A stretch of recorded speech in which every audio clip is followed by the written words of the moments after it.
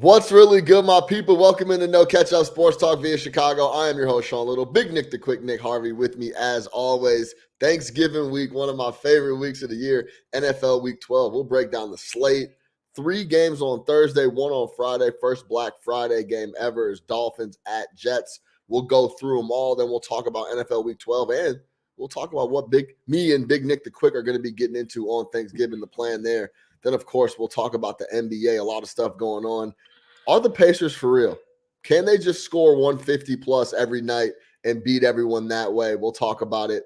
We'll talk about Devin Booker and his comments on DeAndre Ayton. A lot of stuff to get into. No Catch Up Sports Talk via Chicago. Let's get to it. Man, look at Mossy. Really? Oh, so that's how you're going to play it. You going to do this? Okay, fine. That's all I needed.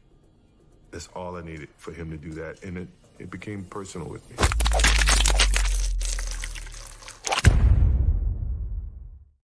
Big Nick the Quick. What's goody? How we feeling? Man, Thanksgiving week. Man, you already know. What's going on? Yes, sir. Best week of the year. One of the best weeks of the year. Yeah, no question. And it's capped this year. We got Michigan, Ohio State on Saturday. I know we're not big college folks, but I'll be watching that. Couple things I got for you before we get into the sports talk. Man, we haven't caught up recently on the pod anyway. We talk pretty much every day, but we haven't caught up on the pod. I got a couple things for you I need some advice on before we get into what we're going to do on Thanksgiving. Now, Big Nick the Quick G. I'm going through a little beard situation right now where I feel like I went to the barber, and it's kind of me too. I feel like I took down the side too low, right? So like I think like this should be like up here, right? It should grow in a little bit more. I don't got too much runway, but for those who are just listening, the sides of the beard have been taken down a little too much. So it's like, you think, yeah, okay, yeah. Do you understand what I'm saying? I think it's down a little too much, and I think I wouldn't say my mustache is thin, but I want it to be a little more full, right? Are you worried that as it starts to grow, it's gonna get scruggly faster? Bro, no. What I'm saying is, so you see how it's starting to come back? Yeah. It looks raggedy. Yeah, that's what I was asking. That's what I was saying. Yeah, when Yeah, it starts to you know come what I'm back. saying? Yeah, it's like if you So push it's your like- hairline too far back. Yes. So it's Yeah. like when I go on TV, it looks like I'm unkept, but I'm just like trying to grow it back. Yeah. But like I'm not gonna shave it all off. No. What should I do? Do I just gotta battle the ugly part until it gets all the way back? Yeah, you basically just gotta let it grow back a little bit. Then you can trim the rest of it to kind of match that. But if you shave it all off, you're starting back from square one. It's not bad. You just gotta kind of maintain it until you can fix it to your liking. You know what I'm saying? So I just gotta battle. I just gotta hang in. Yeah, you gotta hang in. It's gonna require daily maintenance. You know what I mean? Because it doesn't look bad if I clean. No, it doesn't look bad if you keep it clean. But I know it's like if anybody's ever had their hairline go too far back, when it starts to grow back, it looks all scruggly. So yeah. So then you end up just having this pushback hairline because you keep getting it cut, or but then you got the baby hairs in the front because the hair was used to growing grows back. You know what I'm saying? You just gotta like either battle and look bad for a little bit, or continue to keep it at that spot. So yeah. So you think I should just battle? I can't grow a full beard, so I don't have these problems. But I understand where you're coming from. Yeah, that's because you don't eat your vegetables. That's why. You know that, right? It's not. That's because you know that's right. You know that's why, right? My green intake is maximum. You know that's why, right? It's the other greens. That's why. It's just a non-connector situation. It's okay, man. Ball faces work for me. Smooth. All right, let's talk about Thanksgiving, man. Because I was just on my show on MSG Network. I was talking to people about what I do on Thanksgiving. I ain't gonna lie to y'all people, man. To our people, I've never ever helped cook on Thanksgiving. Never once. Cook. Yeah. I pulled up with pies. I pulled up with cakes. Pulled up with desserts. I pulled up with something we needed. Yeah. Never been in the kitchen and cooked. So like when I have a family and it's time for me to be the guy that's carving the turkey, I might be in a little bit of trouble. My routine is I get up, everybody's cooking. I'm going to my girl's house this year. I've gone there the last couple of years actually. And yeah, I just post up and chill. I start drinking early. That's the MO. Are you cooking this year? What you got on the Are you back in Chicago right now? Or are you No. Tonight I got work tonight. Oh wow, you're flying out tonight?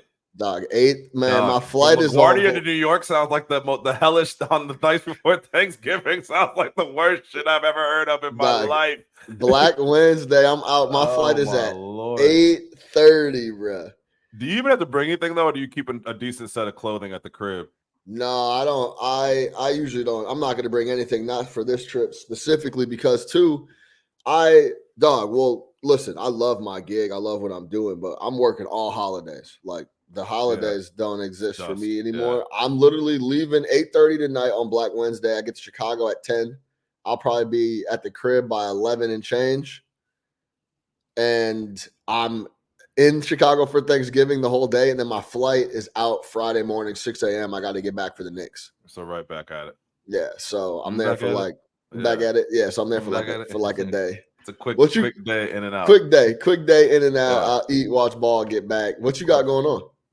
So we're gonna go to my cousin's house, but my Thanksgiving routine, like you, I've only cooked one time on Thanksgiving. That was during the COVID year because we were at the crib. I tried to make a turkey in the smoker. It wasn't successful. Outside of that, bro, I'm on the same thing. So yeah, I'm gonna get up nice and early, have myself some coffee, tune into that first game. Who's the first one? It's Packers Lions, right? So Packers Lions is at 11:30. So we don't have to be out there till like 5 o'clock, but they all stay very, very, very, very, very far south. So it's going to take me an hour and some change to get out there. So I'll probably leave around 3 o'clock. Get out there 4 o'clock, catch the second game, eat for a little bit, and then try to beat this traffic back. So nothing too crazy, man. No cooking responsibilities. Like you said, we're going to bring a couple pies. Nikki grabbed a couple pies. No cooking responsibilities. It's lovely.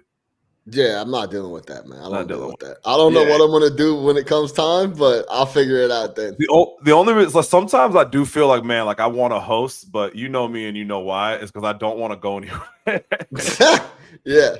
So sometimes, I'll have the thought, like, I'd smoke a turkey at the crib real quick if it meant I didn't have to go anywhere. But that time hasn't come yet. But we're getting close to it, man. Like I'm usually like we'll go to Florida or something like that. We're not doing that this year, so. I don't know, man. We'll see what happens in the future, man. It's up in the air. But either way, it's going to be lovely. Say less. All right, let's jump into these games here because there's some fun games. Let's start with this Green Bay Lions game. Green Bay is in Detroit, number 7.5. Yeah.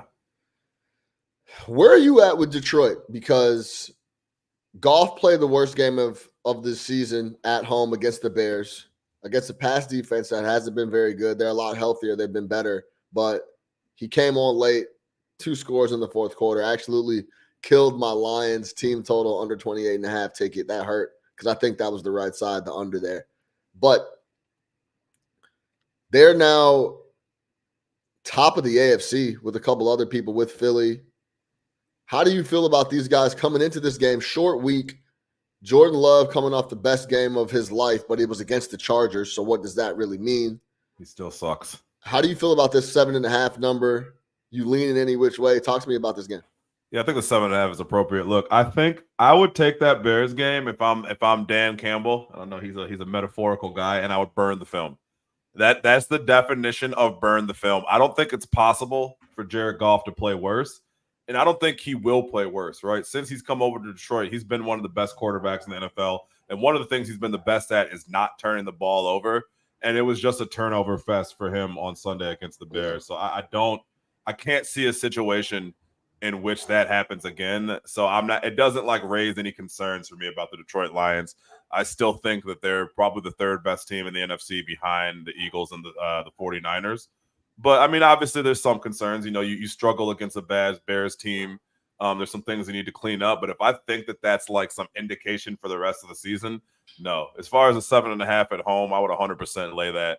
I don't think they're going to have any problems with this Packers team. I think if Dan Campbell is the coach that we think he is, he's going to have those boys fired up to play because of how they looked against the Bears and because some people might be doubting them. So I think they come out and absolutely thrash this Green Bay Packers team that, if let's just be completely honest, is not very good.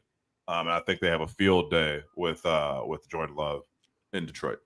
I'm not worried about the Lions at all. Again, they're still the third best team in the NFC. That Bears tape, sometimes you just have a bad game. Some of those picks that he was throwing, I mean, it was like, yeah, he was. It was elementary. You know what I mean? Like he threw some picks in that game that you just don't see professional NFL quarterbacks, let alone Jared Goff, but professional NFL quarterbacks throw. And it was just a bad game. It was just a bad game for him. But it doesn't like raise any red flag. Now, if they come out and struggle against the Packers and we have this conversation next week, then I'm like, okay.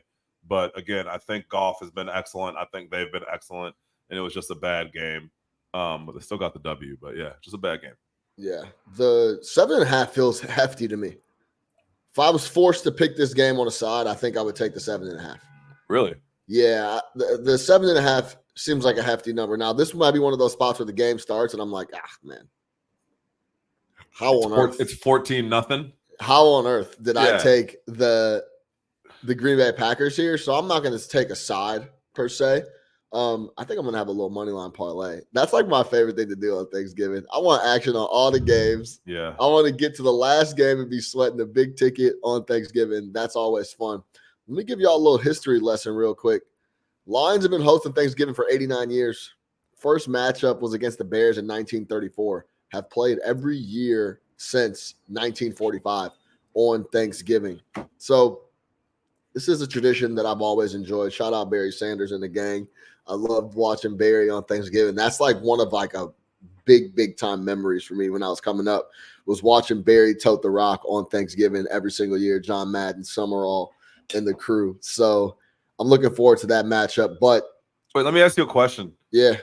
NFL Thanksgiving Day games or NBA Christmas Day games? Oh, Thanksgiving, not even close. Not even close? Right. Yeah, it's not even close. Fair. I love NBA on Thanksgiving. Listen, bro. I love the NBA. I love the NFL. If the NBA Finals and the Super Bowl were playing and there was only one, say Super Bowl, Game 7 of the NBA Finals, and I could only pick one, I'm picking the Super Bowl. And I love the NBA. Interesting question. I feel like I would have to think about that for a very long time. Yeah, football is king across the board, and I love the NBA. They're both right there. I watch both thoroughly, daily. When it comes to the end, like for example, Sunday when there's NBA on and there's NFL on, I'm watching. I guess that's a good point. I never watch Sunday games like that. I'm watching NFL live, and then I'm catching the NBA on Monday morning. Yeah, but it's also regular season ball. Yeah, so it's like a little different. It's like there's 17 games in the NFL. There's a ton of games in the NBA, and we'll get to the NBA and we'll talk in-season tournament and we'll talk a couple different futures in a couple different spots we like over there. But overall, if I had to pick a side, I'd pick Green Bay plus 7.5. But it's I'm off. I have no ticket on a side on that game. All right, let's go over to the second game. Dak Prescott continues to dice people up. I understand they haven't been playing the best competition, but he also diced up Philly. So let's see what happens here against the Commanders. Big number. Cowboys are minus 11. Total sits at 48. I've seen 48.5. The gunslinger Sam Howell is going to be putting balls up for grabs. No doubt about that. Dak and CeeDee Lamb have been on the same page. CeeDee Lamb is 100 plus yards a week is now the regular. I want to say he's done that almost every game of the year this season. CeeDee Lamb. How you feel about this spot? Is 11 too big? Dak has not been that great on Thanksgiving. 1-5 against the spread. 5-8, 5-9 ATS as favorites on Thanksgiving since 2005 are the Cowboys. Yep. How you feel about this spot? Yeah, no. They've covered big numbers their last two games. I'm not too worried about it. They've been absolutely thrashing people. Since that 49ers game, they've been one of the best teams in the NFC. Dak has been on fire. I got no problem with it. I think Washington, we like the Washington Commanders. We like Sam Howell. We know they play hard. But I think that Dallas is just absolutely rolling right now. And I think that they're going to, again, I think these first two games are blowouts, if we're being completely honest. Really? I really do. I think that they're not competitive games. I think it's two teams that one in Dallas that's rolling, and we already talked about. Even on short weeks, holidays, doesn't matter? Not worried about it at all. No, not at all. Not against this team. If they were playing a good team, yeah, for sure. But I don't think the Commanders that good. The Commanders lost to the Bears. No, I mean they They're not a good The football only team. Howell team- could come out there and throw for 350 yards, right? And they're going to go for it. They got the no risk it, no biscuit approach. But I think Dallas is rolling right now, man. Like we can't act like Dallas hasn't won their last 2 games by 3 touchdowns. The only team that they Against seem to compete inferior against opponents. is Philly, Yeah. Washington. So, yeah, I think Rivera is going to be out there. I will say this about Sam Howell. I think Sam's got the juice. I think Sam is an NFL. They got to put starting some guys quarterback. around him. They got to fix that situation there. But yeah, he's good. I Look, think man, if we he- talk about this, man. Like, there's guys that should be playing on Sundays and guys that shouldn't, and Sam Howell should actually absolutely be playing. He's better than 10 starters in the NFL right now. I agree. So he with deserves a shot. Yeah. I mean, with that being said, if you're the Commanders and you have the ability to draft a quarterback high, you should still absolutely be looking. But, I mean, are you going to hand over the job full-time to Sam Howell? Yeah. Well, I guess this is the thing about that, right? Because I believe Pittsburgh's in that spot too with Kenny Pickett, and I talked about that, and we can get into that here in a He's second a winner. if you want. But you have to decide: are we moving or are we not moving? Because the draft picks are too precious. Yeah. You can't waste a second-round pick if you're leaning and thinking that Sam Howell is the guy when you could go add a guy that would help Sam Howell on the roster instead of adding a quarterback for no reason. Just like the Green Bay Packers had Jordan Love 3 fucking years ago with Aaron Rodgers on the roster. Go get a guy that can help Aaron Rodgers, not a quarterback that you don't need at the time. Let's be honest. So if you think Sam Howell's the guy, you don't go draft a quarterback. You have to make that decision before you go into the draft, in my opinion. That's how I would handle it. If you think Justin Fields is the guy, you don't draft a quarterback. That's a decision you have to make, period. You can't waste one of these top 5 picks, top 10 picks on a quarterback if you think Justin's the guy. If you don't think he's the guy, then you can package him up and move him. So if you're if you're the Commanders, is he the guy? I mean, if you're in that situation, like that's what I'm asking you. Assuming they're going to have a high pick, they're going to have a top 10 pick, right? So there's a few quarterbacks out there. If you have the opportunity to get a guy, or are you saying no, we're moving forward with Sam based on what we've seen? I'm not super close to the Commanders, right? But from what I've seen watching Sam Howell, I think he's a good quarterback, to be completely honest. I think he has all the tools to be a really good dude. He has the tools to be a guy in the NFL. Big time throw maker, mobility, not scared. I think that's a big thing too. You want to know, if we're being honest, Bryce Young looks scared to me. Scary.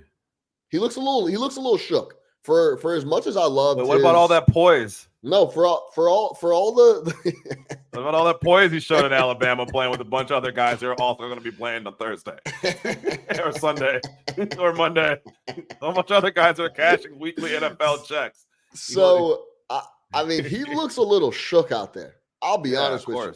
Sam Howell doesn't look shook. It looks like he belongs. Does he make a lot of mistakes? Yes. Sure. Is that offensive line suspect? Sure. Of course. Yeah. Are they trading all their pieces away on defense and rebuilding? Yes. Is his head coach Ron Rivera? Yes. So I think there's a lot of things working against him, and he's still putting up good numbers overall in a bad situation. Well, I think Sam Howell's a starting quarterback. I would keep Sam Howell. And you know what I would say too? Let's say he wasn't Sam Howell. Let's say he was high draft pick X, right? If this was your second year of a guy you had drafted in the top 10, you'd be pleased with the progress shown by Sam Howell, right? 100%. So, assuming, just take out who he is, right? This is his second year. And as a second-year player, and you and I have talked about this several times, if you watch some of the games of Howell does make big-time throws, like throws that only big-time guys make, right? It's not like the Badgett thing where it's like, oh, he can run an offense, but doesn't have the required arm strength. Sam Howell absolutely has the required arm strength and has shown the ability to fit balls in tight windows, whether it's in the red zone, deep balls, whatever it might be. To your point, the offensive line is suspect. We like Rivera as a guy, but we know that you're not going very far with Ron Rivera as your head coach, regardless of whether or not Bieniemy's there. So there's obviously some things that need to be changed around that. So I'd probably lean with you where I'm saying, I'd roll the dice unless these next 6 games are terrible, right? So Howell is auditioning for the future, just like Justin Fields is auditioning for the future. So I think if you're those type of teams, there's probably a couple teams in that spot where you got to make the decision on your guy. Tennessee Titans being another one. Is Levis going to be the guy you're going to move forward with? I think it's crucial. That's why those last few weeks with Bajan, I was kind of just like, I don't care because this doesn't do anything for my future. I'm not really evaluating thing with this. This team's not going to make the playoffs. I need to see Fields back in there. If you're the Commanders, you want to see these last few games from Howell and understand what you have. But with that being absolutely smacked by the Dallas Cowboys on Thursday, and I'm not worried about that at all. Yeah, stay tuned on that. Shout out Sam Howell, but it's gonna be a long turkey day. If you're members of the Howell family, make sure you got a meal from my man Sam after he's done, because I think that they're gonna beat up on them. I've been telling y'all about Dak. I'm gonna go down with Dak, man. I know you will. I'm gonna go down with Dak. I've never rooted for a dude that has nothing to do with anything about me than I do Dak Prescott, other than him being light skinned and having a beard. I guess that's he does have a lot to do with you, man. Yeah, you that's guys look like, if you get the Dak and Sean photo next to you catch Dak in the right situation, he looks exactly like Sean Little, man. That's the connection. That's my guy, man. That's your brother, man. That's my brother, man. I fucking love Dak, bro, because Sean Rain. I think he he gets such an unfair shake. He really does, though. No, it is true. They treat him like he's terrible. But I mean, let's be honest. Last year we were saying it's Dak or Kirk Cousins. What's the difference? So it's not like we've always, yeah. No, I've always been. He turns it over, yeah. But come on, really quick. He'll be answering for last year's turnovers for the next 5 years. They can win the Super Bowl. They'll be like, Dak, how's it feel to win the Super Bowl after leading the league in turnovers last year? I guarantee it. That will be the first question.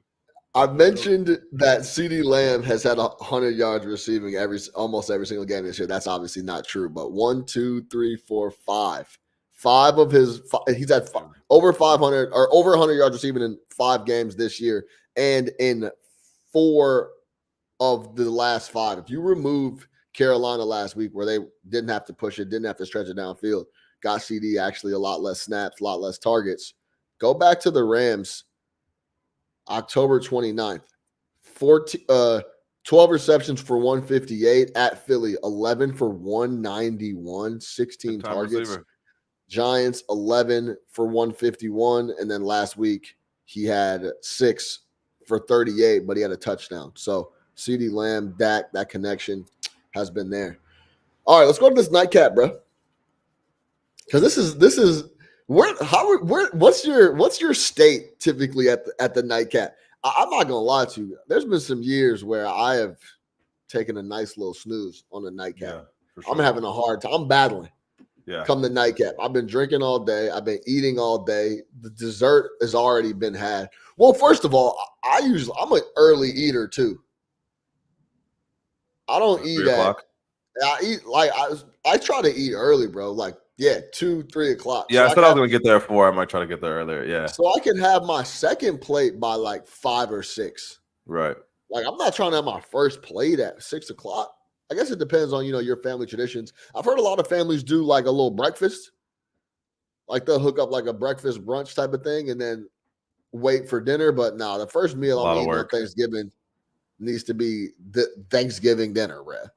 Yeah, that's what we got to do. The nightcap might be a struggle. I'll also be driving, I think. So I'll be driving back for the nightcap. So that one's gonna be on the audio. Unless why are you driving? How am I supposed to get there? What you mean a Uber? To fucking like Tinley Park? Yeah. Why how much it costs to take a Uber to Tinley Park? Bro, why ruin your Thanksgiving though? You're gonna have to be washing your. What you mean? You're gonna be washing your cup? Oh, I'll be straight. Don't worry about it, man. I'm not. Yeah, it's not. Yeah, I'm not worried about that. I'll be fine. I'm not paying. You know how much an Uber on Thanksgiving to Tinley? It's gonna cost me like $250 each way. You serious, bro? Yeah, no, it ain't. Well, maybe then. Would you ever go catch the nightcap back at the other thing is this? The other thing is this. You got to remember, my girl doesn't drink. So if I have too many at Thanksgiving, Nikki doesn't drink. Not really, not too often. Really? Yeah, or doesn't really need to. So yeah. Oh, I didn't realize that. Oh, then you're straight. Yeah. So yeah, I'm straight either way. You're not even driving. So then, what the fuck are you even talking about? I'm not worried about it. Either way, the game we watch. If it goes that way, we're good. Either way. Yeah. So when it goes that way, this man said a Uber. Well, I didn't know. I thought that. Your flight home would cost less than that Uber would cost. I don't know about that, but yeah, the other side of the planet, damn near. I would pay Shout out to to all be my able to people relax who live up north and have all their family in the south suburbs. Yeah. Anybody knows that situation understands the struggle. They all laugh when he said take an Uber. That's just far. That's just yonder. That's just damn near Indiana, bro. Are you serious? Yeah, no. Right. We're not going to 87. We're going to 187. Yeah, that's true. We're going to 180. We're going to 287. Facts. I got you. You've ever been in the 300s before? Yeah, facts. That's facts. Yeah, that shit is far. I ain't gonna hold you. That is far as hell. Far as hell. All right, Niners, don't drink and drive, people. That's all. That's basically what I was trying to get at. That's not happening. Yeah, that's what I was trying to get at. Yeah. Niners at Seahawks -6.5. It was at 7 for a long time. It's now ticked down to 6.5. Seahawks in a massive spot. Thanksgiving evening unders 11-5 to the under. That's a big number. The trend leans that way. Let me pull up that total for you. I don't have it here. The total for that game is 44, 43. I see 44s in the market. There's a 43 in the market as well. But yeah, the under and the nightcap on Thanksgiving has historically come in under. Geno Smith and that offense has struggled the last 6 weeks. They haven't looked good. If they want to stay in the playoff race, they got to win this game. Brock Purdy coming off a perfect passer rating. Remember when everybody said he couldn't play no more? Remember that? Yeah. Do you remember how far that got? Few bad games, and everybody was like, see. Well, those are the people who are waiting. Look, man, you always got the people who are waiting to prove themselves right that he's not that good. And the second he had a couple bad games, and they weren't great games, people were just like, oh, he's done. You ignored the 15 games before that when he was excellent, and looked at the 2 games where he wasn't great, including one of them where they flew across the country to freaking Jacksonville. Yeah, exactly right. You know what I'm saying? Like, yes, those cross country games don't go well for a lot of people. Brock Purdy is not, immune to that. That was a tough spot, and everybody was ready to kill him after that game. Yeah, he's still that guy. He's still locked in, coming off the perfect passer rating. But if Seattle wants to make the playoffs, they got to show up in this spot. Yeah, they got to turn around. Any thoughts on this game in Seattle? Still one of the toughest places to play. Yeah, always a tough spot to play. But again, I think this Niners team, similar to the Cowboys, they're kind of rolling. They've kind of righted the ship there. They know that they can knock out the Seahawks essentially with this win. Those big time division games. But I'll never. What's the number? 6.5. It was at 7. Yeah, it's 7. It's 7. Pretty much consensus. It's really hard for me to go against the Seahawks in Seattle, and I would typically fly away. No pun intended. From that game, I think the Niners win. I don't know if they cover that number though. I don't know if they go in there and they roll them. I think it's a tough spot, and it's going to be rocking in there on Thanksgiving. And it's a must win. It's a must win for the Seahawks. They're going to play them tight. But yeah, hey, shout out to Geno for getting the money on time. Listen, man, right on time. I need it now. I need a great year. I'm gonna have a great year. I'm not playing another year out on this deal. Pay me. I know I'm not that good. I had the best year of my career. I need a deal. Now. I need a deal now. I want my money. Be like, oh, we don't know about Geno. Yeah, and I need it now. I need it now. I'm ready. 100%. That's what you're supposed to do. That's what you're supposed to do. Strike while the iron's hot, man. Don't ever this gamble on yourself shit, especially if you're not that guy. Some guys can bet on themselves. Geno Smith cannot do that. He's almost off the league. You understand what I'm saying? Yes. So yeah, Geno Smith can't do that. Mr. Smith was like, hey, Geno, make sure you get the bag before we step foot in Seattle again. And he's like, yes. All right, I got you. Facts. I got you. Yeah, that's a fact. Yeah, we're good. So shout out Geno Smith and his family. They're gonna have a great Thanksgiving regardless of what happens Sunday night because Geno's rich. But yeah, I think the Niners win this game. But the 6.5 makes me worried. You want to talk about a number being too big? I don't think that Lions number is too big. I think the 6.5 is probably too big at this spot. Yeah, this Hufanga tore at ACL. He's out. This is just a spot where I am very confident Seattle shows up and competes. That's what I just said. Yep. I want nothing to do with that. Nothing that number. To do with that. I don't really want to lay it. I don't want to take it. So that means I'm enjoy off. The game. That game screams enjoy the game. Yes, fly away, stay away, whatever you want to talk about. It's a stay away special. Exactly right. Let's start talking about the weekly stay away special. That is the weekly stay away special. No question. No thoughts about it. Just leave it alone. You won't be happy either way. Yo, that is a perfect way to put it. Whatever side you're on in that game, you're not going to be happy about it. As soon as it Don't starts, end your night like that. Dude, leading up to it, you're not going to be happy. When the game starts, you're not going to be happy. Yep. You're going to be grinding throughout the whole game. That's such a perfect way to put it. Fuck up your night. You're going to be a little bit bopped too. So you're going to be, you might get to fight with some family members because you're watching your money. Yeah, this shit's not good. You're gonna be in the grinder that entire game. We're gonna be trying to stay awake to watch it because you got money on it, and all you want to do is take a nap. One side, whatever side you're on, is not gonna be fun. That's a perfect way to put that game. Really quickly before we get into Eagles Chiefs, because I want to talk about that matchup and where we're at with the Chiefs and just overall looking ahead here as we start to get to the playoffs.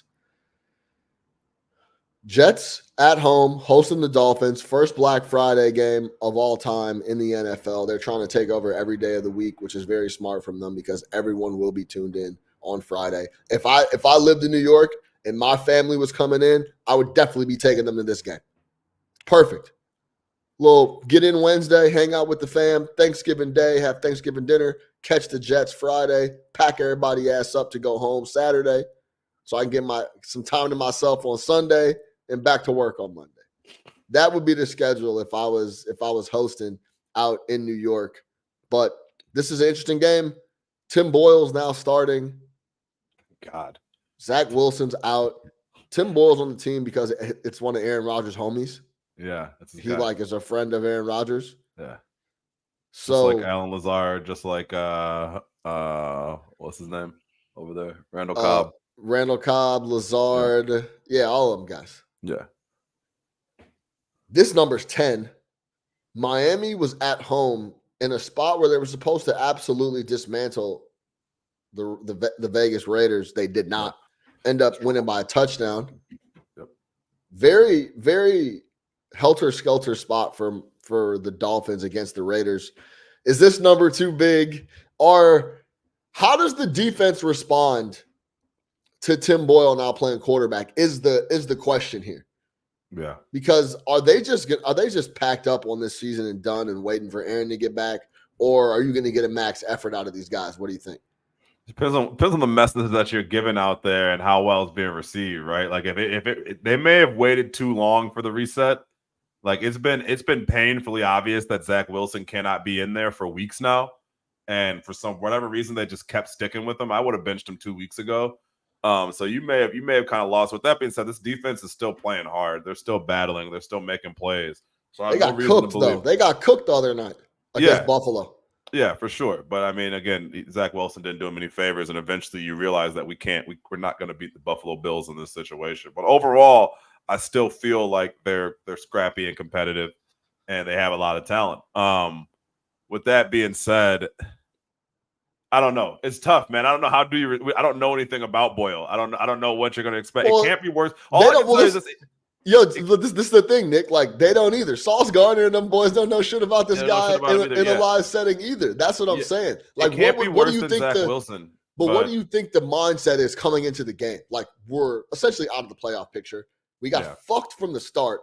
Yep. We're in NFL Week 12. We got 5 weeks left. I guess, are these guys setting up golf trips? Or do you think that they're going to try to show up and play smash mouth ball and be able to read keys?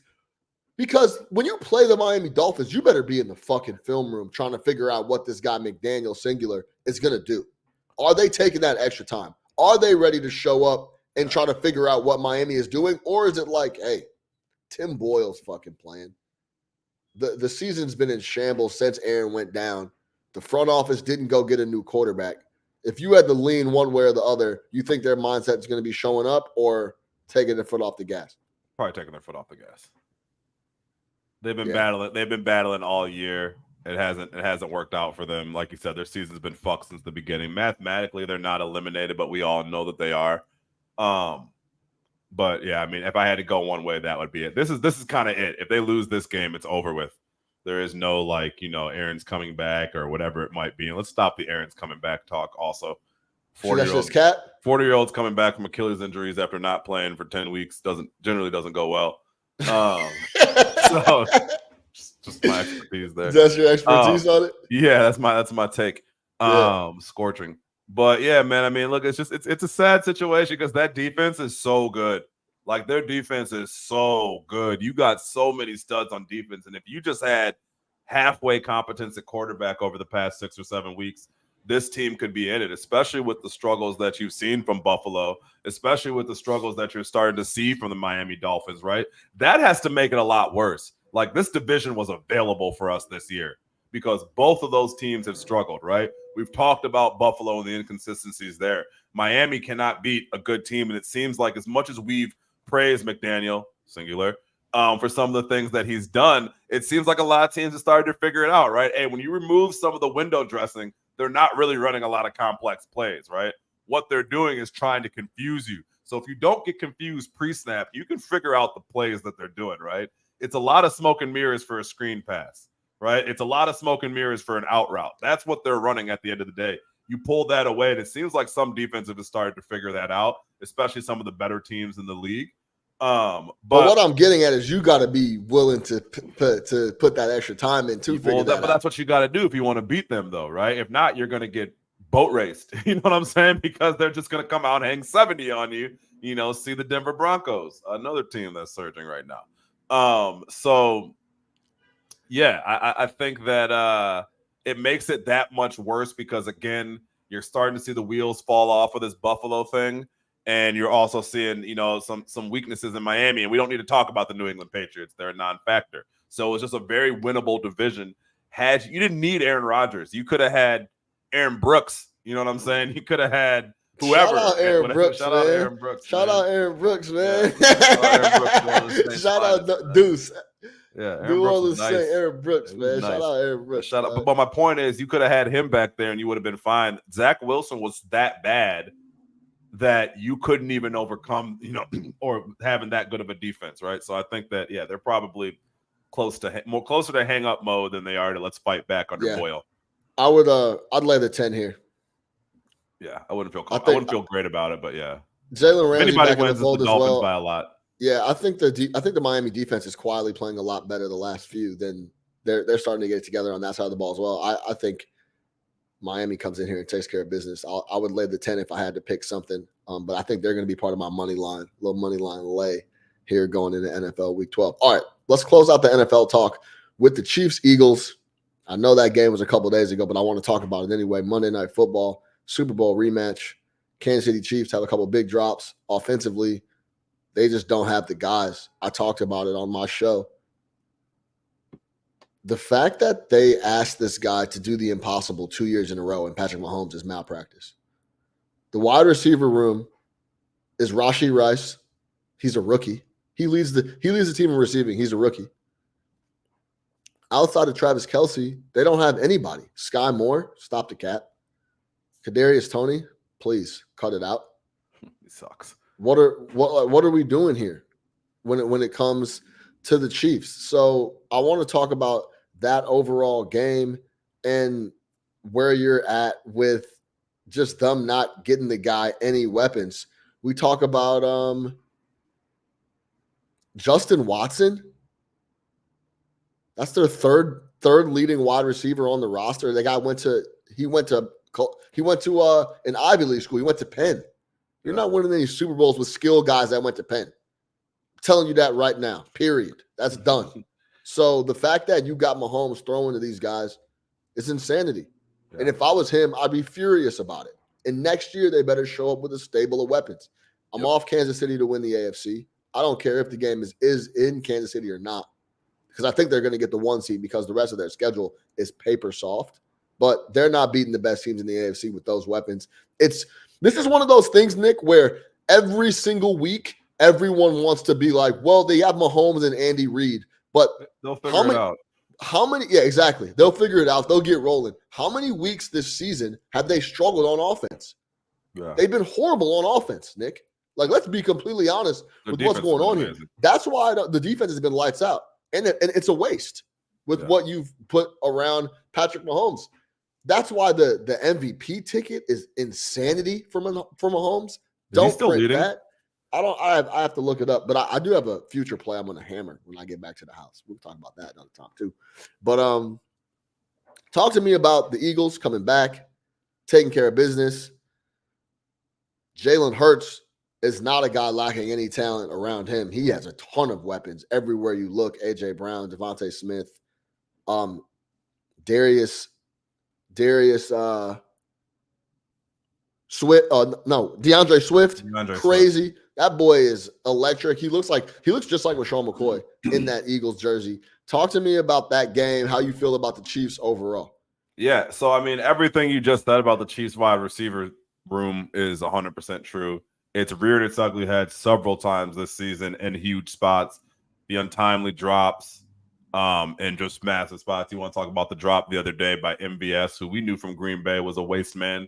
Don't tell me that that's the guy that's going to come over. Don't tell me that's the guy that's going to come over and stretch. That was a great use of waste man, by the way. And stretch the field for Patrick Mahomes. We know he's sus. Sky Moore sounds good, hasn't been good. Kadarius Toney, again, how many times do I need to tell you?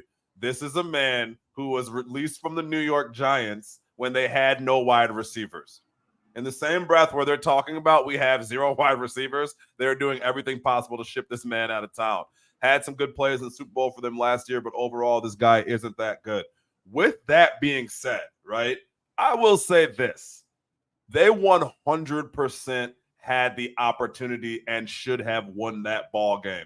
To me, all those drops and all that were absolutely untimely, but there's 2 plays that killed them in that game because their defense played absolutely lights out. The defense was dominating at the line of scrimmage. They were getting back on Jalen Hurts. They were causing a lot of problems. Hurts did not have his usual really good game. He did struggle against this defense, but what you cannot do, right? When your margins are so thin because you don't have the skill position players that can break it open for you, you cannot have 2 red zone turnovers. You just can't do it, right? That is 6 or potentially 14 points off the board, right?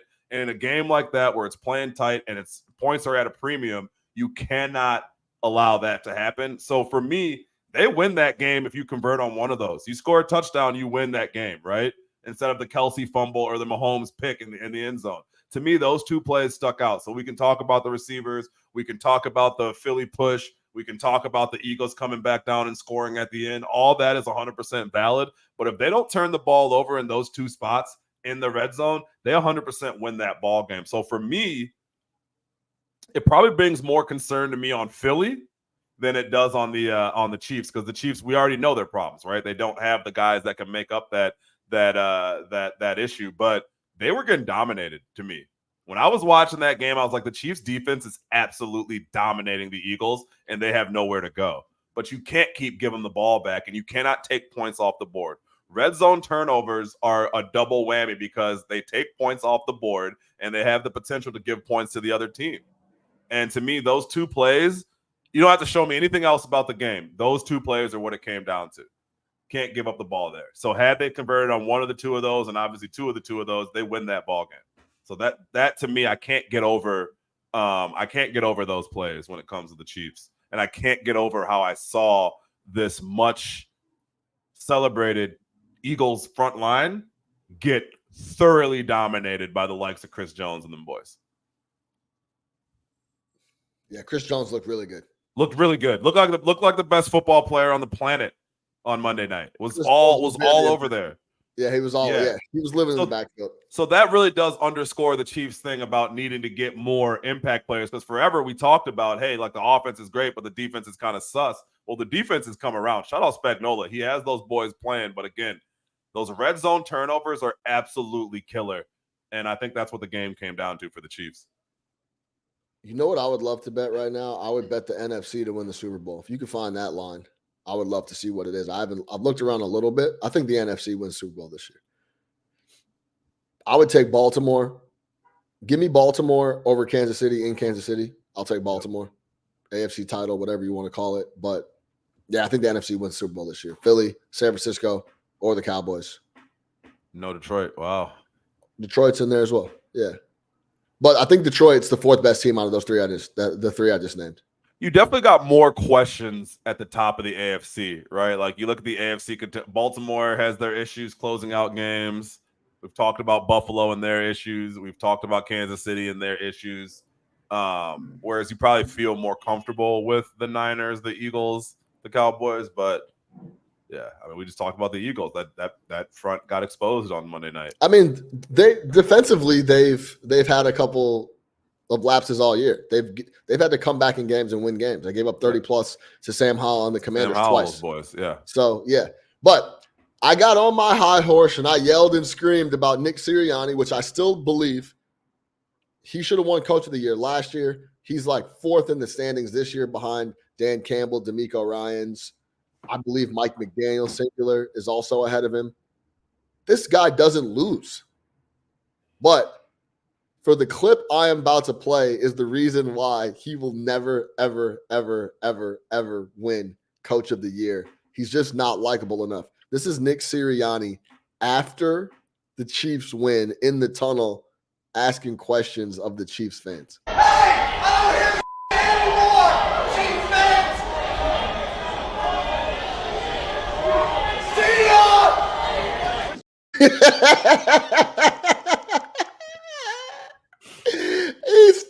For those who are just listening on the pod, audio only, Nick Sirianni is walking in the tunnel. He walks into the tunnel, so he's covered over the top of his head. He stops, he looks up to the ceiling and yells, "I don't hear shit anymore, Chiefs fans." Walks another 10 steps, looks in the camera, and screams at the top of his lungs, "See ya." Very high-level cornball activity. First off, you're really going to do that. Do that shit before you got the cover of the tunnel. Do it where they can throw a beer in your face. No, facts.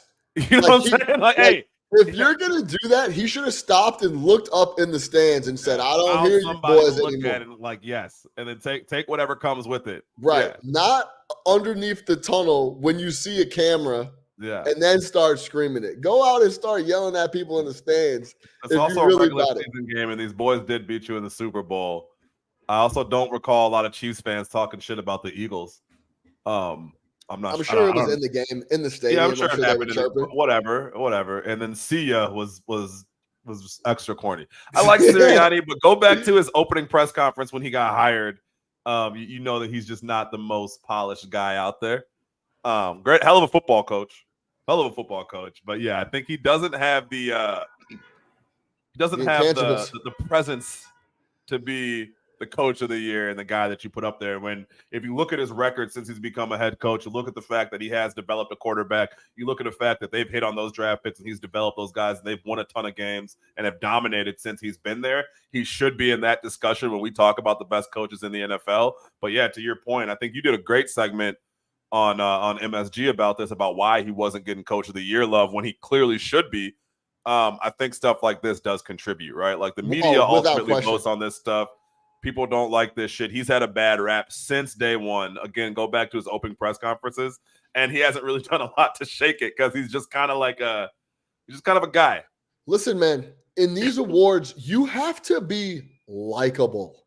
Yeah. If you're not likable, people don't want to vote you.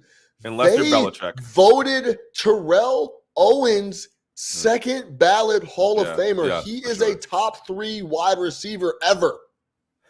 And I'll say this on Belichick, actually. Belichick's spiel is almost like charming. Like people are just like, oh, that's just like, it's kind of like whatever. Like he owns that.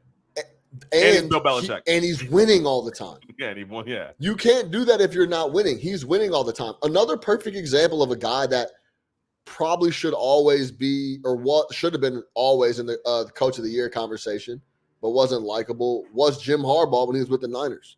Yeah, that dude is a really good coach. They're just very unlikable. Just very unlikable, dog. No one wants to vote for guys like that. Yeah. So it is. So let me look up did Jim Harbaugh win Coach of the Year? Let me see. I don't know if he did that year the Niners went to the Super Bowl. Let's see if he won it. But either way, yeah, you're spot on. Yeah, NFL Coach of the Year 2011. Yeah. So but you gotta play the game for sometimes sure. Sometimes it's undeniable, but more times than not, guys like that, dude, never, ever get that type of love. Well, they were like 14-2 or 13-3 that year, right? Yeah. And they were cooking. So shout out the Eagles. They continue to win ball games. Nick Sirianni continues to stack them up. But that's why he's never going to win Coach of the Year. I believe it's Dan Campbell at plus 120. Or D'Amico's at like plus 200. What's Mark Hamlin? You talking about comeback? Minus 10,000. I think that's shrinking up too, low key. Is it? Similar to that rookie of the year on the NBA side with Wembanyama and Chet. That shit started to creep Chet way a little bit as well. Chet. I like Chet. Chet and who? I like Chet. I like Chet. I like Chet's attitude. Chet's a competitor. You know what I'm saying? You never know with some of these guys, especially these guys who come in with like the high pedigree, if they're going to have that competitive drive. That's why you and I love Ant, because Ant has that competitive drive. Chet is a competitor. Chet's out there talking shit in his own way. He gives the look. He doesn't smile. Like I fuck with. I was worried about Chet. I like Chet, man. He's a good player. Shout out Chet Holmgren, man. That team is awesome. Team is great. We were trying to tell you about the Thunder. I've been in the Josh Giddey fan club since day one. I've been trying to tell y'all about Josh Giddey. Yeah, nice squad. But I really do like Chet Holmgren, man. I've been watching a lot of Thunder games. I know we're going to talk NBA here. Yeah, let's switch over right now. Go ahead. I enjoyed Chet Holmgren basketball. I really do. Yeah, I wasn't sure I was going to, man. He's good. He's put up 17 and 8, 57% from the field. Yeah, solid. Love it. Can shoot it. All that. I wanna shout out Dante in the comments. OKC. Oh, now I figured out how to do this. I didn't even know you could do that. Yeah, shout out my guy Dante, man. OKC is fun to watch for sure. I agree, man. Thank you for coming through and always rocking with us, Dante. Big Nick the Quick. Can the Indiana Pacers just score 160 a night and just try to win the East that way? No, I don't think you can win. I don't think you can win the East. While they're very fun to watch offensively, they allow 126 points a game, and I just don't know if that's a recipe for success. But I will say this: based on what I've seen in this in-season tournament, this is the type of team you just don't want to play in that situation. Like, they're getting up for these games, right? No if doubt. You watched last night, Pacers versus Hawks, first off, was awesome. If you just wanted to see offensive explosion of basketball, watch that game. The shot making down the stretch was insane. 157, 152. Pacers got the W in Atlanta. That's in regulation. This was not an overtime score. Yeah. Shot making down the stretch between Hield and DeJounte Murray, Halliburton, Trae Young. Yeah, I think Halliburton had 26 in the third quarter. Trae Young was doing his thing. Just an awesome game to watch. But no, it's not sustainable, man, because what happens is if teams over 7 games figure out how to slow you down, and kind of like Sacramento last year, and once you slow down some of these teams that don't have another way to play, it gets kind of scary. So again, I think they can win a series. I think they can give you some sleepless nights, but you can't win an NBA championship or the Eastern Conference by giving up 126 a night. If you look at it, they're still 6th in the Eastern Conference right now. So it's not like they're like 9-2 or 10-3 or something. They've lost some ball games, but they're the type of team you don't want to play against. I'll tell you that. It's kind of like those D'Antoni Suns. You know, you figure out a way to take 7 seconds or less and turn into 14 seconds or less, and things change a little bit. You're in trouble. Yeah, exactly. They're built for the in-season tournament, man. You're right. They're getting up for these games. I hope they get to the semi. I hope they get to the semis, and then they're in the finals or something in Vegas, because that's what the NBA would love to see, a competitive, fun, open floor, up and down matchup in the in-season tournament. I'm going to be out in Vegas for that. I'm excited. That's great. The tournament. When did we go to Vegas? I haven't been back since then. I don't think. We went to the Bears Raiders. 2 years ago? Yeah, I was there last year for work. That was like 2 years ago. Me not being in Vegas for 2 years is an eternity for me. Yeah, that's crazy. I'm typically in Vegas like 2-3 times a year. Yeah. Me being in New York is the killer. Yeah. Well, the New York to Vegas changes the whole situation. And my G Nick, bro. You know what I did? Speaking of Vegas, I'm going out there for the tournament. I'm excited. You know what I did? I did the classic, like, I'm going to grind out the flight there. I'm on Spirit at like 7 a.m. Thursday out of Newark. Everything about that is terrible, bro. I should cancel that shit and just pay. How much was the New York flight? Was it just not even a question? So this is what I did. Look, this is what I did, Nick. I took the bullshit flight there because you know how it goes. I'm hyped up. I'm amped to be going.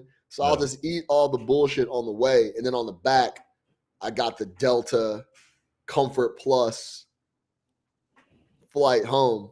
So that's a lot better. But still going to be nasty work. Yeah, I Yo, don't. guess how much a one-way flight first class from Vegas to New York was that Sunday night. On Delta? This is a red eye, bro. I'm talking about a red eye. 1,500. Gee, 1850, bro. I couldn't Yeah. pull it. I had to just go down. I had to go down How one much was it? notch. How much was economy? Are you a first class only guy? Is that where we're at now? No. Oh, I just told you I'm taking fucking Spirit from Newark at 7 a.m. What are you talking about? You understand the levels of which I will not fly Spirit, Frontier, or any of those? I won't do it. I would rather fucking take horseback than fly Spirit. Like, I'm not kidding, dog. I'll walk. I'll Forrest Gump. This is the thing. I spent my flight home though. First of all, let's have an honest conversation about like the room. First of all, hotel rooms right now are, I don't know. This is insanity. My hotel room is like almost it's like just over 2K. You didn't book that one that I sent you? No, I had to go to the Cosmo. I got a nice room with a nice view with some nice space. You know what I'm saying? I figured I'd go out there and relax for a little bit. So, you know, when you're in the sports book and playing cards all day, you want to go back to the room, relax. So I booked that. But then my flight home was crazy. Yeah. So that's why I'm trying to eat the L on the way out there so I can battle. And then once I get there, I'll be cool. I'll be chilling.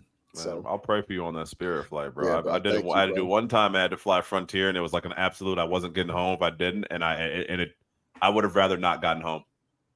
Yeah, it's just like stay there for like extra couple days. And also, you got I'm 6'4", 270. Like I need the. That's why Delta sometimes is an issue for me. If it's not Comfort Plus for Delta, I will say this about Delta: people love it. Regular size folk, Delta is not big man friendly on their regular shit. Like Delta packs you in tight. If I had to rank it, Southwest is low-key the best. If we're being Southwest is ass, bro. Dog, I don't want to hear that shit. Easy. I don't want to hear that shit at all, bro. Just upgrade your shit. That boarding shit is weak. A1 through 15 all day. The prices are absurd. No. That's like the most expensive airline I've ever seen, Southwest. Most of the time, I guess I'm booking for work most of the time. So Southwest sucks. Price, but yeah. I'm not rocking with Southwest at all. Delta shit is too tight. Way too tight. Yeah, and then don't fly Southwest out of O'Hare. The terminal is 6 miles long. Yeah. Have you ever walked that term? Have you ever walked the Terminal 5 to that's because it's in the international zone. Have you ever done the full walk if you're in the back of it to where you need to get to? It's literally a 35-minute walk. Shut up. My watch knows what time it is. Yeah, my watch goes off when I walk from the Southwest Terminal talking about, do you want to record your steps? You get a little workout in. My Peloton app comes up. Unbelievable. All right, let's keep talking. Let's keep talking this NBA here. I got a clip here from Devin Booker. Devin Booker was asked about DeAndre Ayton, how he felt about playing against his former teammate first time in the NBA regular season. Yeah, dominating. And this is what Devin Booker said. An actual honest answer. I want to get Nick's response to this. Compete against him again. It's fun. It's I think our first time in the regular season. I'm happy we came out with the win. He played extra hard tonight. I seen that, and my challenge for him is to play like that every night.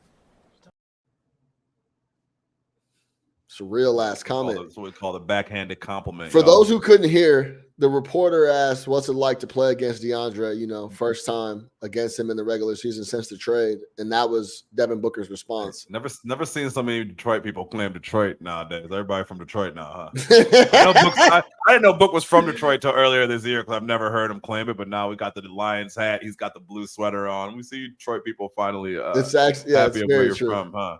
Yeah, it's very true. Talk to me about that. Of course, it's a valid comment. How do you feel about Book saying it? Compliment. And does that mean that Book was one of the guys like, hey, man, get this fucking guy? Yeah, I think they all had issues with how he played, how hard he played, his defensive lapses, and the fact that you probably watch it. Ayton's got to be frustrating because he's the type of guy when you watch him and it's on, it's like, oh, this guy could dominate if he really wanted to, but he's just not interested in it. Yeah, I think he literally looked at the camera and goes, I want to see him play like that every night. Like, you don't play like that every night. You can play hard when you want to. Clearly, you wanted to play hard. I even thought it was back. I was like, yeah, it's the first time we saw them, right? Like, first off, it's the first time you've seen them. For 13 games in the season, you've played like 4 of them. So Yeah. we know you know that this is the first time you've seen him. This isn't game 60. You know what I'm saying? So you know this is the first time you've seen him. You're just trying to say, I don't really care about playing against DeAndre Ayton, and I'm happy he tried today, but you guys know this guy doesn't try. I looked it up. DeAndre Ayton is averaging 13 points a game. What happened to dominating, right? Like, we saw it that year they went to the finals. When Ayton was locked in, he was a problem on both sides of the floor. We've also seen Ayton get benched in a game 7, right? And at halftime. So Booker knows. He's like, I know you, guy. Like, you're not doing nothing. That's why you're on Portland. Like, you're not doing anything, man. Like, let's see you do that for 82 games, like what's required of you. Because I know you can't do it. I was your teammate for 6 years. Book knows. Yeah, he looked at the camera and said, let's see him do it all the time. He wasn't worried about that shit at all. He said my challenge to him. My challenge to him. Like, listen, bro.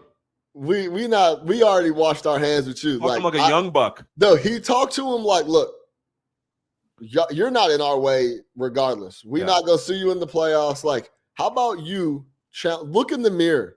My challenge to you yourself is to play like that every night. That's credit for rotation players. That's you got real credit talk so we can fill out the Devin back end of Booker. our roster. Essentially, we would rather have guys that can give us 16 minutes in a jam than you, because you don't play hard. Like, Book knows, man. He looked at the cameras. Yeah, my challenge. That's some young. My challenge. Yo, my challenge to you is if Ayton hasn't been in the league. Ayton's 27, 28 years old, whatever it is. Hey, brother, like, you're unserious. I'm not worried about you at all. Yeah. You're very unserious. My challenge to you. Whew. Yeah. Shout out Devin Booker for keeping it real. All right.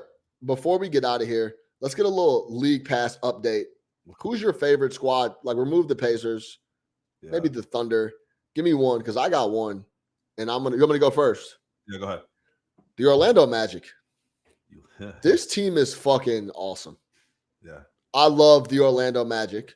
They have a real chance to make the playoffs in the East, potentially even a top 6 seed if shit starts to get really spooky. Cole Anthony off the bench is lights out. Jalen Suggs brings fire when he plays well. Hey, Jalen Suggs, if you're listening, it's time to cut that hair off, G. The headband not helping you. Call Derek White. He'll tell you it's not going to affect your game. Do what you got to do. It's all good, baby. Come on home with me. Bald man's run the world, man. It's all good. Come on home. Come on home. But Franz Wagner, absolute overall hooper. They're big. Paulo Banchero, I would not be shocked if he did the Ant Edwards leap in the next 2 years and was scoring 27 points a night.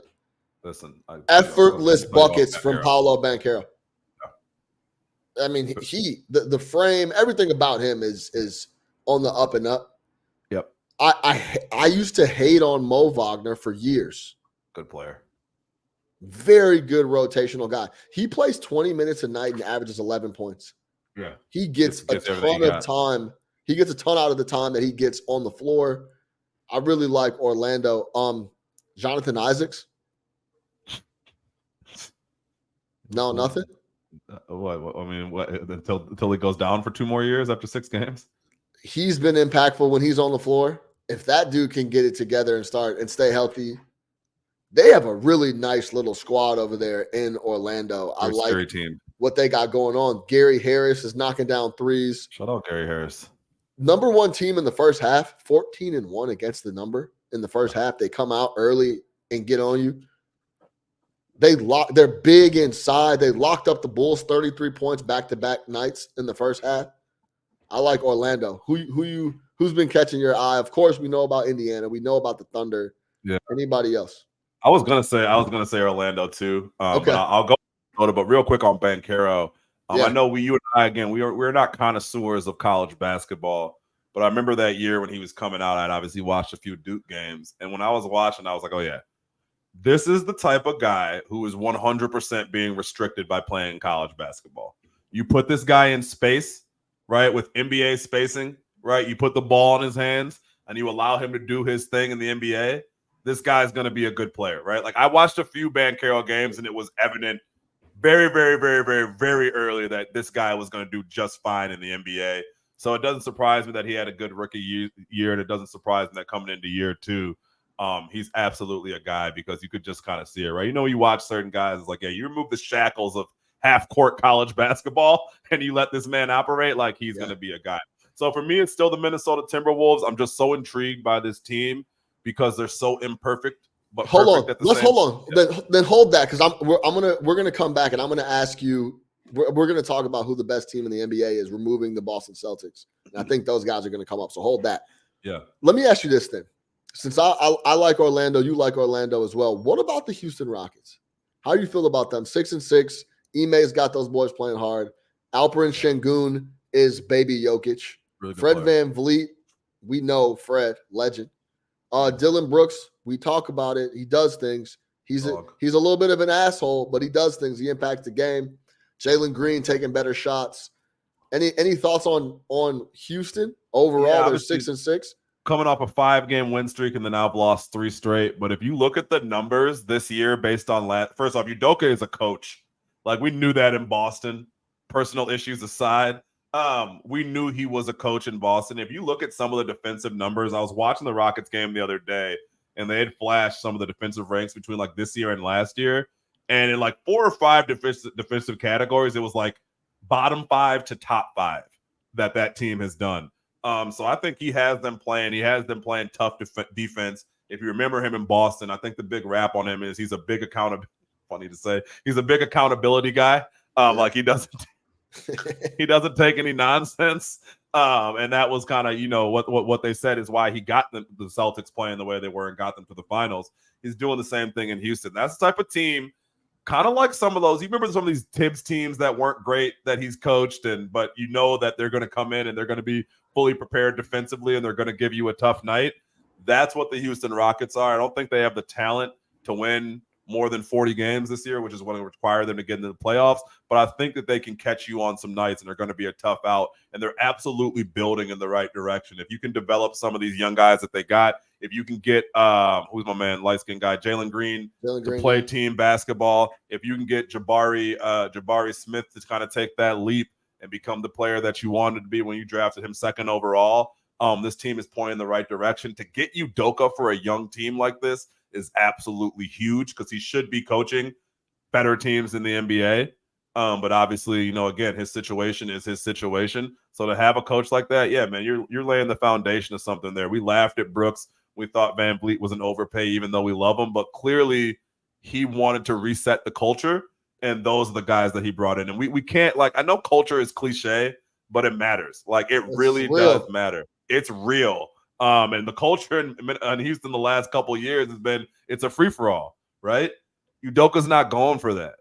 And it's clear with how they play. This team shouldn't be 6-6. No one would have had this team 500 through 12 games. No one would have had this team on a 5-game winning streak to come into the year, and no one would have them performing on the defensive side of the ball like they have. With that being said, it's hard to win a good amount of games in the NBA when you don't have that true number one guy that can carry you offensively. They're just going to grind you out, which again, a lot of teams in the NBA from night to night don't want to deal with that, and they're going to lay down. So they'll win some ball games for sure. Houston 0-5 on the road this year. Haven't won a game on the road this year to start this campaign, and they have nobody on the roster averaging 9 rebounds. Go clean the glass up. Yeah, go clean the glass up. Let's see how that shakes. 6-6. That's well, crazy. I mean, at home they've been lights out. On the road, they can't get a W. All right, let's get out of here on this, Big Nick, quick. Remove the Boston Celtics. Yeah. Who's the best team in the NBA? You know who I bet? Well, outside of Denver, or is Denver involved in this too? Denver's involved in this because now I'm talking about right now. The Denver Nuggets. Jamal Murray has been out. Yeah, they've been super thin. They're so thin off the bench. No Jamal Murray. They've been struggling a little bit. Jokic gets ejected the other night. You still think it's the Denver Nuggets? Yeah, I think it's the Denver Nuggets. And I think third on that for me, a team that I've been impressed by, even though they lost the last game, would be the Philadelphia 76ers. I think the Sixers, I think, again, this Maxey thing is real, right? They're not missing the departure of James Harden, not one bit. I do think losing Oubre, whatever the situation is with Oubre, I think more will come out on that. Seems very very fit. If there's smoke, there's fire, and that's a very smoky situation. Yeah, so there's a lot of smoke did coming he out get of hit on there. his dirt bike? Was he BMXing? I've heard 100 different stories as to what could have possibly happened with this. Something's not right there. And he was playing well for them. Like, I was looking at Oubre, and I'm like, hey, look, say what you want to about Toby Harris. You move Toby Harris now down to like Toby Tobias. Toby. He's I was Toby now. I was you calling him Toby G? He's Toby. He's John to Toby. Toby Harris. He thought Toby Harris is the fourth guy, and it's like, oh, we're kind of good because Oubre was really filling into that third guy role. And I've always liked Oubre. I know you love that he calls himself the Tsunami Papi. Sean loves when guys who are not even stars in the NBA give themselves a nickname. That's a big thing. Shout out to Tsunami Papi. But yeah, I think that injury is huge. But other than that, they've been playing well, man. Again, that Maxey's able to carry them on nights offensively, which is huge. Don't love the shot that Joel took at the end of the game last night, but I guess that's what you got to do if he's your MVP. I don't know who else, I guess, but he could have passed that off, especially in that situation. But yeah, I like Philly. I really do. And Nick Nurse, he's only going to get them better. Yeah, you know where I'm at on Nick Nurse. Yeah, I'm a big Nick Nurse guy. For me, Minnesota Timberwolves, man. These guys have been absolutely lights out, especially in Minnesota. Listen to some of these numbers coming into the Knicks game the other night. This is what they were doing at home. They're allowing opponents to only shoot 39% from the floor in Minnesota. That's number one in the NBA. 5-0. They're now 6-0 at home. Average win margin of 18.4 points. That might have went down a tick, but they beat up on the Knicks at the house. They've won the first half in 7 straight games in Minnesota. This team defensively is absolutely lights out. Gobert is playing really well. They have a top 5 guy in the NBA in Ant-Man. I really love what Minnesota's doing. I gave out a long shot for them to win the West at plus 4,000. I can guarantee you, I don't even know what it is now. It's way shorter than that. Way shorter than that. They have been absolutely phenomenal to start the campaign here. Talk to me about Minnesota. I know you're about to bring them up. I think that's the best team in the NBA right now if you remove the Boston Celtics. Yeah, I mean, they figured out their defensive issues. A lot of that just kind of figuring out the Gobert thing and getting him, again, Cat was hurt a lot last year, but just kind of figuring out that Gobert thing and how that works and how much he does for them defensively. They've cleaned up a lot of the late game things that seem to plague them the last few years. We've talked about Cat fouls. Look, if you get a good Cat that understands his role on the team, you're fine. We've just talked about bad Cat that can take you out of games, but so far, especially the last couple of weeks, they seem to have been gotten good Cat. Anthony Edwards is absolutely a number one bona fide guy, right? We're talking all NBA type player for him in year 4. Was this year 4 or year 5? So yeah, I mean, they're definitely pointing in the right direction. I just still I can't unsee what I've seen in the past. And that's a problem with me always. I can't, it's hard for me to look forward when I know what you're capable of doing as far as negative things. And still, I just need to see them throughout the entire season make good decisions. Talent has never been an issue on this team, right? It's never been an issue as far as the talent. It's just making the right decisions down the stretch that lead to winning basketball. Again, the margins are very, very, very tight. You have to make the right decisions late in games. That's pertaining to taking smart fouls, not turning the ball over, taking good shots, ditching the hero complex, different things like that. I think that's the biggest threat to the Minnesota Timberwolves. So the biggest threats to the Timberwolves are internal. If they can beat that stuff, right, and like they have been doing through the first 14, 15 games of the season, they absolutely have what it takes to be a very tough out in the Western Conference. But again, that remains to be seen. It's still early. Guys are playing well. Let's see what happens after some tough stretches and how they respond to that, because they're bound to happen. 10-3 to start the year, number 1 in the West. Mike Conley has been playing. See, I fixed that. Conley, you said it. Hey, he's been Mike Conley for like 20 years. I started clean that time. Conley. Michael Conley. He's been playing really well. Jaden McDaniels is the best on-ball defender in the NBA for me. Yeah, he's awesome. They have a lot of good pieces. Naz Reid, impactful. Naz Reid is the best backup center in the NBA. Yeah, him and Isaiah Hartenstein for New York. They're both really, really good. Naz is better than Isaiah Hartenstein, but iHeart makes an impact. Oh my God, iHeart. Man, this guy. Hey. What you mean? I The program. We're gonna leave it there. For Big Dick the Quick, I'm your host Sean Little. Make sure you subscribe everywhere. Drop a comment, drop a like, pass the link to the homies. We'll be back next week to break it all down. For Big Nick the Quick, Nick Harvey, I'm your host Sean Little. We'll see you next time. Happy Thanksgiving, man.